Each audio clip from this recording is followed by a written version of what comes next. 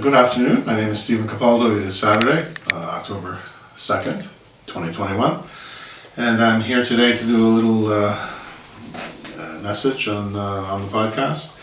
I may even do two. The first one is going to be about anger. And before I get started, there was just one more thing I wanted to show you from my garden. This screw in my garden, this eggplant. So that's the type of thing you can grow in the garden, and it's nice. You can have one big like this. And okay, so I'm going to stop being 12 years old, and I'm going to go to the podcast. The Proverbs. I have three verses from Proverbs, and the issue is going to be anger. Why are we angry? And how do we heal from anger? People say you have to get over it. Well, okay. Sometimes it's easier said than done, but you do have to get over it. And there are numerous examples of there is such a thing as righteous anger, and that's fine. People if people are hurting other people, you have the right to be angry at that. That type of thing. But then there's another type of anger that just kind of lingers and malingers, and it just does a lot of harm to people. It does a lot of harm to people, and most of all to the person who just keeps this anger in their heart. But I'll just read I think three verses. One is Proverbs 29:11. A fool gives vent to his temper, but a wise man holds it back. So that's fairly clear, is that temper is generally not a good thing. We all have bouts of temper. It's something it's part of being human, right? I mean, it's not to say that it never happens, but sometimes it happens too much. And when it happens too much, well, why is that? And I'll go into that a little bit. And the other verse is Proverbs 15, verse 18, which is, a hot-tempered man stirs up strife, but one who is slow to anger calms a quarrel. Okay, a hot-tempered man stirs up strife. So if you're stirring up strife, it's likely you're a person who gets angry a lot. But one who is slow to anger calms a quarrel. So what do you do about these buttons? That's, you've got all these hot buttons going off. Proverbs 22.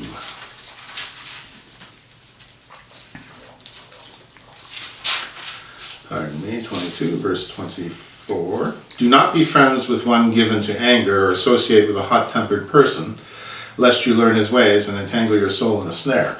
Well, okay, that's part of the wisdom that's given in Proverbs, is that not only the person should not be angry like that, but really, if you're taking it seriously, this teaching says you would do well not to be friends with a person who's angry all the time. So if you know someone like that, don't feel bad, don't feel guilty if you have to just say, look, this anger is very destructive. This anger, crushes souls, and really, you cannot have that in your life. You cannot be friends with a person like that. And there's nothing wrong with that. There's nothing wrong with saying to someone that this is someone you cannot be friends with. And I know people will try to guilt you about that. Well, where's your love and where's your forgiveness? And it isn't the point. The point is, how do people treat people? And so what's the way out of this? I mean, if we're angry, why do people get angry like that? Where it's kind of an all the time thing, it never goes away.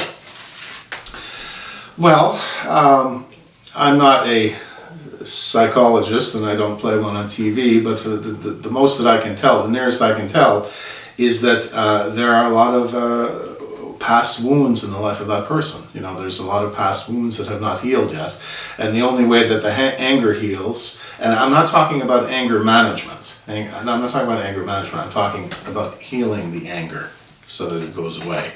Anger management is something else. That's just those are just techniques, basically. Psychological techniques that you use to kind of get yourself out of a difficult situation without looking like a complete loser, right? But no, this is not what you want. You want to actually go deeper and deal with the root cause of the anger. Why is the person so angry and like all the time, and like every interaction, one way or the other, it's going to end in a fight, or it's going to end with some kind of, not very friendly parting of the ways, or you just realize you can't be around someone, or that person can't be around you, or whatever. So anyway, there are these past hurts and wounds that need to be healed. And really the only answer for it is, of course, God has to reveal truth in this area, but basically the person needs to learn how to love and forgive themselves first. So the person needs to learn what actions and what acts, what type of behavior is going to cause them to love themselves and to forgive themselves. That's really the problem when a person is typically, is angry all the time. It's that they don't love themselves and they don't forgive themselves. So what actions do they need? Do they need to perform, in other words, to start loving themselves and forgiving themselves? And it's only when they love themselves and forgive themselves they could even begin to love and forgive other people, and maybe, not be angry all the time. That's really the thing, but it's easier said than done. I mean, to tell an angry person that they're angry, I remember telling someone that they were angry all the time, and they really should look into some anger management. And anger management is not really what should be done. You need an anger cure, because you need really to love yourself and forgive yourself so that you can do the same to others. But I told this person at the time, you need some anger management, and then he got really angry, and he kind of just proved my point, and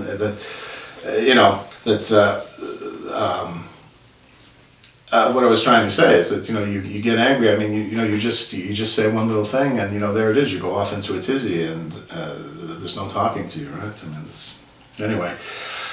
It may be, if the situation is really bad enough, you may need some professional help, and that's not a disgrace. I mean, that's not a disgrace. It's not something to be ashamed of. It's something that sometimes you might need, because you don't really know how those neurons and synapses in your brain are burning, and how they come up with anger all the time. You may just not understand how your brain works, and you have to be kind of refocused, in your thinking and in your speech and in your actions, so that anger is not such right there on the tip of your tongue, just waiting to come out and stick a dagger into someone's heart.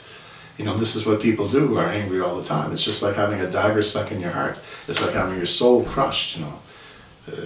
That's the impact. I mean, that's why Scripture talks so much about that the tongue is the worst weapon. It's like you can do more damage with your tongue than really emotionally and mentally. You do more damage with your tongue than anything else. And these emotional wounds caused by anger, can really even do more than certain physical wounds, to harm you.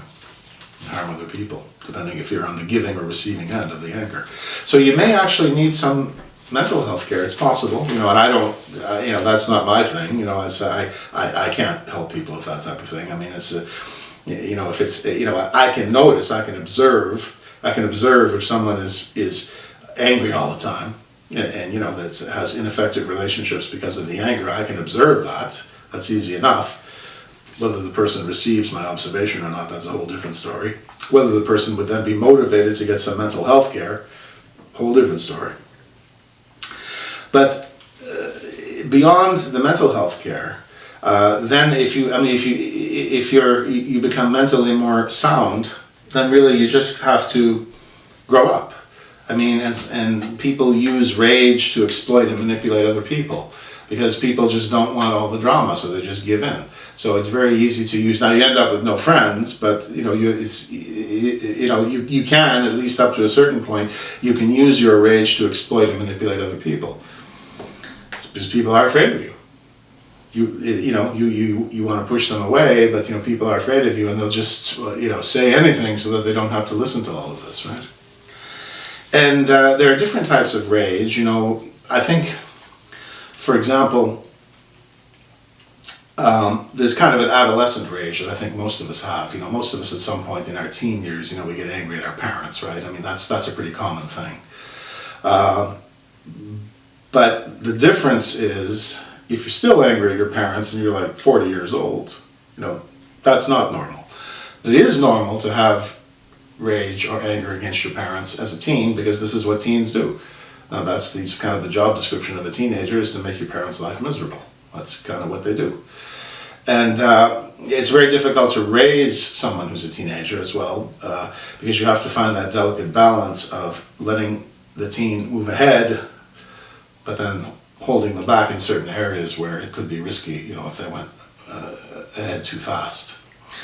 But anyway, the rage, that's one of those things. It's normal to feel this at a certain age, but when it goes on and on and on and on, and all of a sudden you're 25, you're 30, you're 35, you're 40, and you still have this anger against your parents. That's a very sad thing.